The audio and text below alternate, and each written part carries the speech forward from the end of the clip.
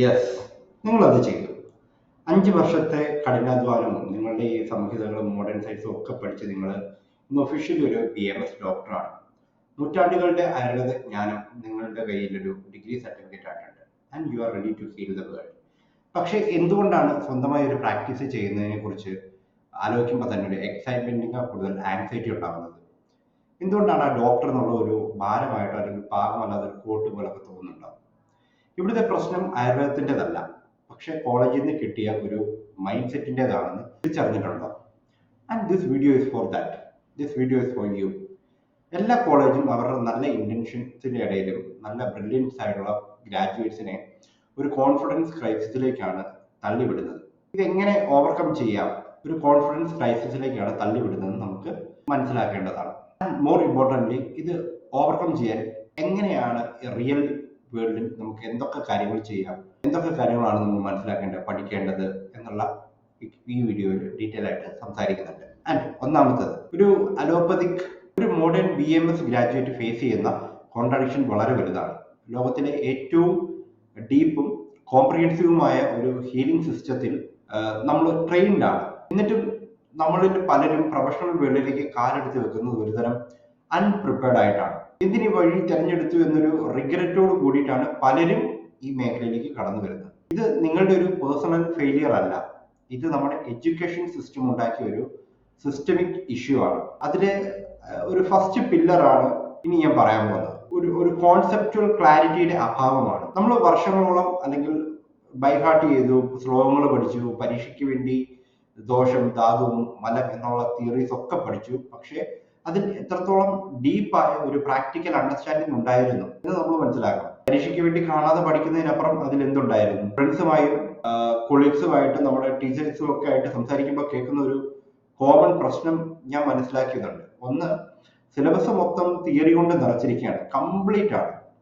ഇത് പക്ഷെ നമ്മുടെ ഒരു റിയൽ ക്ലിനിക്കൽ തിങ്കിങ്ങിനേക്കാൾ കൂടുതൽ കാണാതെ പഠിച്ച് അതുപോലെ തന്നെ പ്രസന്റ് ചെയ്യുന്നതിനാണ് പ്രയോറിറ്റി കൊടുക്കുന്നത് കൂടുതലായിട്ട്. ഇത് നമുക്ക് എങ്ങനെയാണെന്ന് വെച്ച് കഴിഞ്ഞാൽ, മീനിങ് അറിയാത്ത ഒരു ലാംഗ്വേജിലെ ഒരു പാട്ട് പഠിക്കുന്ന പോലെയാണ്. നമ്മൾ കേട്ട് കേട്ട് കേട്ട് പഠിക്കും. അത് നമ്മൾ കൃത്യമായിട്ടും നല്ല പെർഫെക്റ്റ് ആയിട്ട് ചിലപ്പോൾ പാടാൻ പറ്റുമായിരിക്കും, പക്ഷെ അതിന് ഇമോഷൻ എന്താണെന്നോ അതിന് എങ്ങനെ കൺവേ ചെയ്യണമെന്നോ ഒരു പ്രത്യേകിച്ച് ഒരു ഐഡിയയും ഉണ്ടാവില്ല എന്നതാണ്. ഒരു പേഷ്യന്റ് നിങ്ങളുടെ മുമ്പിൽ ഇരിക്കുമ്പോൾ അവർക്ക് ടെക്സ്റ്റ് ബുക്കിൽ ഒരു ഡെഫിനിഷൻ അല്ല വേണ്ടത്, അവർക്ക് സഹായമാണ് വേണ്ടത്. നിങ്ങളുടെ അറിവ് പരസ്പരം കണക്ട് ചെയ്യുന്ന ഒരു പ്രാക്ടിക്കൽ അണ്ടർസ്റ്റാൻഡിങ് ഇല്ലാതെ കുറച്ച് കാണാപ്പാടം പഠിച്ചു വെച്ച ഫാക്ട്സ് മാത്രമാണെങ്കിൽ ആ നിമിഷം നിങ്ങളുടെ കോൺഫിഡൻസ് അവിടെ ഫിനിഷാണ്, തീർന്നു. ഒരു പഴയ സംസ്കൃത ശ്ലോകവും ഇന്നത്തെ പേഷ്യന്റിന്റെ പ്രോബ്ലവും തമ്മിൽ ഒരു സ്ട്രോങ് കണക്ഷൻ, ബ്രിഡ്ജ് പണിയുന്നതിൽ നമ്മുടെ സിസ്റ്റം പലപ്പോഴും ഫെയിൽ ആവുന്നുണ്ട്. ആ ഗ്യാപ്പാണ് ഒരു പുതിയ ഡോക്ടറുടെ കോൺഫിഡൻസിലെ ആദ്യത്തെ വിള്ളൽ. രണ്ടാമതായിട്ട്, ഒരു പക്ഷേ ഞാൻ മനസ്സിലാക്കിയതിൽ ഏറ്റവും ക്രിട്ടിക്കൽ പില്ലർ എന്ന് പറയുന്നത് ക്ലിനിക്കൽ എക്സ്പോഷർ ആണ്. മതിയായ ക്ലിനിക്കൽ എക്സ്പീരിയൻസ് ഇല്ലായ്മ ആണ്. ഏതൊരു ഡോക്ടർക്കും കോൺഫിഡൻസ് ബിൽഡ് ആവുന്നത് ക്ലിനിക്കിലാണ്. പേഷ്യൻസിനെ ബെഡ് സൈഡിൽ വെച്ച് അത് റെപ്പറ്റേഷനിലൂടെ ആയിട്ടും ഡയറക്റ്റ് എക്സാം ചെയ്യുമ്പോഴൊക്കെ ആണെങ്കിലും നല്ലൊരു ഡയഗ്നോസിസ് നടത്തി അത് കറക്റ്റ് ആണെന്ന് കാണുമ്പോഴും ഒക്കെയാണ് നമുക്ക് ഈ കോൺഫിഡൻസ് ഉണ്ടാവുന്നത്. പക്ഷേ പല BMS ഗ്രാജുവേറ്റ്സിനും ആവശ്യത്തിന് ക്ലിനിക്കൽ എക്സ്പോഷർ കിട്ടുന്നില്ല എന്നുള്ളത് ഒരു ഫാക്റ്റാണ്. ചില ആയുർവേദ ഹോസ്പിറ്റലുകളിൽ പേഷ്യന്റ് ഫ്ലോ കുറവായതുകൊണ്ട് വേണ്ട പ്രാക്ടിക്കൽ സ്കിൽസ് ചെയ്യാനുള്ള അവസരങ്ങൾ വളരെ വളരെ ലിമിറ്റഡ് ആണ്. ഇത് ഗ്രാജുവേറ്റ്സിനെ ഇൻഡിപെൻഡന്റ് ആയിട്ട് പ്രാക്ടീസ് ചെയ്യാൻ വളരെയധികം പേടിയുള്ളവരാക്കി മാറ്റുന്നു. കാരണം ബേസിക് ലെവലിലുള്ള എമർജൻസികൾ പോലും ആയുർവേദ രീതിയിൽ എങ്ങനെ ഹാൻഡിൽ ചെയ്യണം എന്ന് വേണ്ടത്ര ട്രെയിനിങ് കിട്ടുന്നില്ല. പക്ഷെ കേരളത്തിന് പുറത്ത് പഠിക്കുന്നവർക്ക് കുറച്ചുകൂടെ വ്യത്യാസമാണ് കാര്യങ്ങൾ. അവർക്ക് മോഡേൺ അലോപ്പതിക് എക്സ്പോഷർ കിട്ടുന്നുണ്ട്, പക്ഷെ ആയുർവേദത്തിലെ എക്സ്പോഷേഴ്സ് കിട്ടുന്നില്ല. നമ്മൾ ബുക്കിൽ ഒരു 20 തരം പ്രമേഹത്തെ പറ്റിയൊക്കെ നമ്മൾ പഠിക്കുന്നുണ്ട്, പക്ഷെ റിയൽ ക്ലിനിക്കൽ സെറ്റിങ്ങിൽ അതിൽ കുറച്ചെണ്ണമെങ്കിലും കോൺഫിഡൻസോടെ ഡയഗ്നോസിസ് ചെയ്ത് ട്രീറ്റ് ചെയ്തിട്ടില്ലെങ്കിൽ ആ നോളജ് വെറും കൊള്ളയായി തോന്നും. നിങ്ങളുടെ മൈൻഡ് നിറയെ തിയറിയും എന്നാൽ ഒരു പ്രാക്ടീസ് ഇല്ലാത്ത കൈകളുമായിട്ട് നിങ്ങൾ ഒറ്റയ്ക്ക് നിൽക്കുന്നു. ഇത് ഏതൊരു ഫീൽഡിലെയും ഹെൽത്ത് പ്രൊഫഷണൽസിനും പേടിപ്പെടുത്തുന്ന ഒരു അവസ്ഥയാണിത്. ഇതിന്റെ മൂന്നാമത്തെ പില്ലർ ഒരു പ്രൊഫഷണലിസം, അതിന്റെ ഒരു ബ്ലൂ പ്രിന്റിന്റെ അഭാവമാണ്. നിങ്ങളൊരു നല്ല ഡോക്ടർ ആകുന്നത് ഒരു കാര്യം, ഒരു സക്സസ്ഫുൾ പ്രാക്ടീസ് നടത്തുന്നത് വേറൊരു കാര്യം. അഡീഷണലി ആയുർവേദ എഡ്യൂക്കേഷൻ ട്രീറ്റ്മെന്റിന്റെ ബിസിനസ് സൈഡിൽ വലിയൊരു ബ്ലൈൻഡ് സ്പോട്ട് ഉണ്ട്. ഒരു ബിസിനസ് പ്ലാൻ എങ്ങനെ എഴുതണമെന്ന് നമ്മൾ ആരെങ്കിലും നിങ്ങളെ പഠിപ്പിച്ചിട്ടുണ്ടോ? നിങ്ങളുടെ ക്ലിനിക്ക് എങ്ങനെ എത്തിക്കലി മാർക്കറ്റ് ചെയ്യാമെന്ന് ആരെങ്കിലും ഗൈഡ് ചെയ്തിട്ടുണ്ടോ? നിങ്ങളുടെ ഫൈനാൻസ് എങ്ങനെ മാനേജ് ചെയ്യാം, അല്ലെങ്കിൽ സംശയത്തോടെ വരുന്ന ഒരു പേഷ്യന്റിനോട് എങ്ങനെ സംസാരിക്കാം എന്നതിനെ കുറിച്ച് ആരെങ്കിലും പഠിപ്പിച്ചോ? ചില പ്രോഗ്രസീവ് കോളേജുകൾ ഈ ഒരു സ്കിൽസ് സിലബസിൽ കൊണ്ടുവരാൻ ആഡ് ചെയ്യാൻ തുടങ്ങുന്നുണ്ടെങ്കിലും പക്ഷെ ഒരു 90 ഭൂരിഭാഗം വരുന്ന ഗ്രാജുവേറ്റ്സിനും ഉത്തരം ഇല്ല എന്നുള്ളത് തന്നെയാണ്. കോളേജ് ശരിക്ക് സ്കിൽഡ് ആയിട്ടുള്ള, നോളജബിൾ ആയിട്ടുള്ള അല്ലെങ്കിൽ പണ്ഡിതന്മാരെ ആണ് ക്രിയേറ്റ് ചെയ്യുന്നത്, അല്ലാതെ ഒരു ഓൾറൗണ്ടർ പ്രൊഫഷണലുകളെ, ഒരു പ്രൊഫഷണൽസിനെയോ അല്ലെങ്കിൽ ഒരു ഓൺടർപ്രണേഴ്സിനെയോ അല്ല അവര് ക്രിയേറ്റ് ചെയ്യുന്നത്. ഇത് നിങ്ങളെ ഒരു പ്രിപ്പറേഷനും ഇല്ലാതെ ഒരു റിയൽ വേൾഡിലേക്ക് തള്ളിവിടുന്നു എന്നുള്ളത് പോലെയാണ്. ഇത് വലിയ സ്ട്രെസ്സിനും ആങ്സൈറ്റിയും ഒക്കെ കാരണമാക്കുന്നു. വലിയൊരു ഗ്യാപ്പ് ഉണ്ടാകും അവിടെ. പറക്കാൻ പഠിപ്പിക്കാതെ, സ്വന്തമായി ഒരു കൂടുണ്ടാക്കാൻ പോലും അറിയാതെ, അതിനൊന്നും പഠിപ്പിക്കാത്ത ഒരു കോളേജ് നിങ്ങളെ അക്കാഡമിക്കിന്റെ ഒരു കൂട്ടിൽ നിന്നുമാണ് പുറത്താക്കുന്നത്. ഓക്കെ, അക്കാഡമിക് ലെവലിൽ നിന്നും, അക്കാഡമിക്ഷൻ അല്ല അവിടെ നമുക്ക് വേണ്ടത്, അക്കാഡമിക്സിനകത്തു നിന്ന് റിയൽ വേൾഡിലേക്ക് തള്ളിവിടുന്നത് അങ്ങനെയാണ്. അപ്പൊ ഇവിടെയാണ് ഈ പറയുന്ന ഒരു പ്രശ്നം വരുന്നത്. ഇവിടെ സിസ്റ്റത്തിലെ ഈ ഗ്യാപ്പുകൾ കുറച്ചുകൂടി ഡീപ്പായി പേഴ്സണലായി ഒരു പ്രശ്നം നമുക്ക് നമ്മുടെ ലൈഫിൽ ഉണ്ടാക്കുന്നുണ്ട്. ഒരു മൈൻഡ് സെറ്റ് ഗ്യാപ്പാണ്. ഇത് നിങ്ങൾക്ക് അറിയാത്ത കാര്യങ്ങളെ കുറിച്ച് മാത്രമല്ല, ഇത് നിങ്ങളെ പറ്റിയും ഈ ലോകത്ത് നിങ്ങളുടെ റോൾ എന്താണെന്നതിനെ പറ്റിയുമുള്ള നിങ്ങളുടെ കാഴ്ചപ്പാടാണ്. ഇത് സ്റ്റാർട്ട് ചെയ്യുന്നത് പലപ്പോഴും ഒരു വീക്ക് ആയിട്ടുള്ള പ്രൊഫഷണൽ ഐഡന്റിറ്റിയിൽ നിന്നാണ്. ഐഡന്റിറ്റി വീക്ക് ആകുമ്പോൾ അങ്ങനെ നമുക്ക് തോന്നിപ്പോകും. കുറെ കാലം നമ്മുടെ നാട്ടിലൊരു ധാരണ ഉണ്ടായിരുന്നു, MBBS അഡ്മിഷൻ കിട്ടാത്തവരുടെ ഒരു സെക്കൻഡ് ഓപ്ഷനാണ് BAMS എന്ന്. ഈ ഒരു ഐഡിയ നമ്മുടെ സമൂഹത്തിലും ചിലപ്പോൾ കോളേജിന്റെ ഉള്ളിൽ പോലും എക്കോ ചെയ്യാറുണ്ടായിരുന്നു. ഞാനതൊക്കെ ഫീൽ ചെയ്തിട്ടുണ്ട്. ഹോളിസ്റ്റിക് കെയറിനോടുള്ള താല്പര്യം കൂടുന്നത് കൊണ്ട് BAMS ഇന്ന് പലരുടെയും ഫസ്റ്റ് ചോയ്സ് കരിയറായി മാറുന്നുണ്ടെങ്കിലും അതൊരു പഴയ സ്റ്റിഗ്മ, ഒരു തരം ഇന്റഗ്രിറ്റി കോംപ്ലക്സ് ഉണ്ടാക്കുന്നുണ്ട്. പല ഗ്രാജുവേറ്റ്സും അവരുടെ അലോപ്പതി കൗണ്ടർ പാർട്ടുമായി എപ്പോഴും സ്വയം കമ്പയർ ചെയ്ത് സ്ട്രഗിൾ ചെയ്യാറുണ്ട്. നിങ്ങളുടെ പ്രൊഫഷണൽ ഐഡന്റിറ്റി വീക്ക് ആണെങ്കിൽ പ്രാക്ടീസിൽ കോൺഫിഡൻസ് ഉണ്ടാക്കിയെടുക്കാൻ വളരെ വളരെ ബുദ്ധിമുട്ടാണ്. ഇതിനെ മോശമാക്കുന്ന ഒന്നാണ് ഒരു അൺക്ലിയർ വൈ ഉണ്ട്. സ്റ്റുഡൻസ് ഇതൊരു പ്ലാൻ ബി ആയി കണ്ട് കോഴ്സിന് ചേരുമ്പോൾ അവരുടെ മോട്ടിവേഷൻ പലപ്പോഴും ആയുർവേദത്തോടുള്ള ഒരു പാഷൻ ബേസ് ചെയ്തിട്ടല്ല. ആ ഒരു ഫയർ കത്തിച്ചെടുക്കുന്നതിൽ നമ്മുടെ ഒരു എഡ്യൂക്കേഷൻ സിസ്റ്റം പലപ്പോഴും വിചാരിക്കാറുമില്ല. സ്റ്റുഡൻസിന് അവരുടെ ജോലി എന്തുകൊണ്ട് ഇമ്പോർട്ടന്റ് ആണ് എന്നതിനൊരു സ്ട്രോങ് റീസൺ വേണം.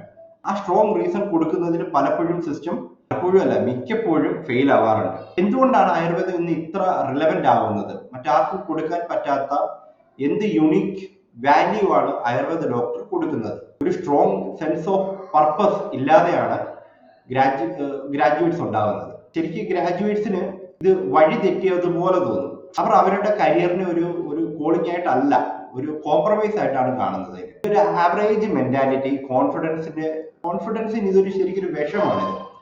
അത് അവരുടെ കയ്യിലുള്ള വലിയ പൊട്ടൻഷ്യൽ യൂസ് ചെയ്യുന്നതിൽ നിന്ന് അവരെ തടയുന്നു. കോളേജിൽ സ്ട്രോങ് ആയ മെന്റേഴ്സിന്റെയും ഒരു സക്സസ്ഫുൾ ആയിട്ടുള്ള കുറച്ച് റോൾ മോഡലുകളുടെയും ഒക്കെ ലാപ്സ് അല്ലെങ്കിൽ ഇല്ലായ്മ, അഭാവം ഈ പ്രശ്നം കൂടുതൽ കോംപ്ലിക്കേറ്റഡ് ആക്കുകയും ചെയ്യുന്നുണ്ട്.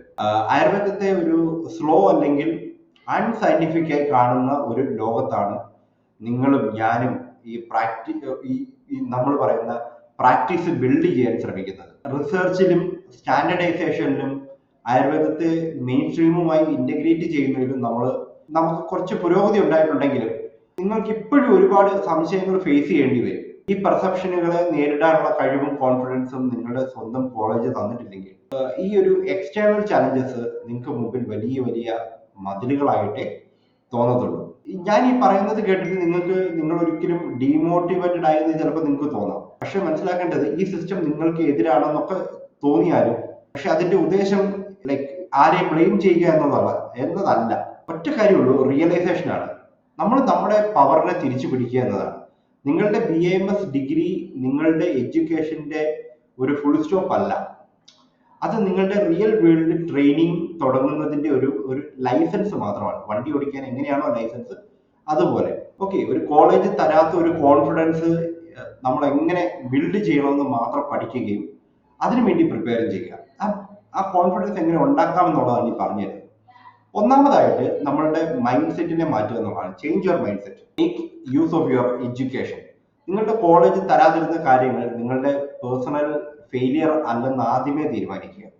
അതൊക്കെ നിങ്ങൾ ഇനി സ്വന്തമായി പഠിക്കേണ്ട കുറച്ച് അനവധി കാര്യങ്ങളുടെ ഒരു ചെക്ക് ലിസ്റ്റ് മാത്രമാണ്. നിങ്ങളുടെ റിയൽ എഡ്യൂക്കേഷൻ സ്റ്റാർട്ട് ചെയ്യുന്നത് നിങ്ങൾ ഗ്രാജുവേറ്റ് ആവുന്ന ആ ദിവസമാണ്. ഓക്കെ, കേടായ ഒരു സിസ്റ്റത്തിന്റെ പ്രൊഡക്റ്റായി സ്വയം കാണുന്നത് നിർത്തിയിട്ട് നിങ്ങളുടെ സ്വന്തം കരിയറിന്റെ ഒരു ആർക്കിടെക്റ്റായി സ്വയം കാണാൻ നിങ്ങൾ തുടങ്ങുക. സെൽഫ് ലവ് ചെയ്യുക, ആ പ്രൊഫഷണൽ ലവ് ചെയ്യുക.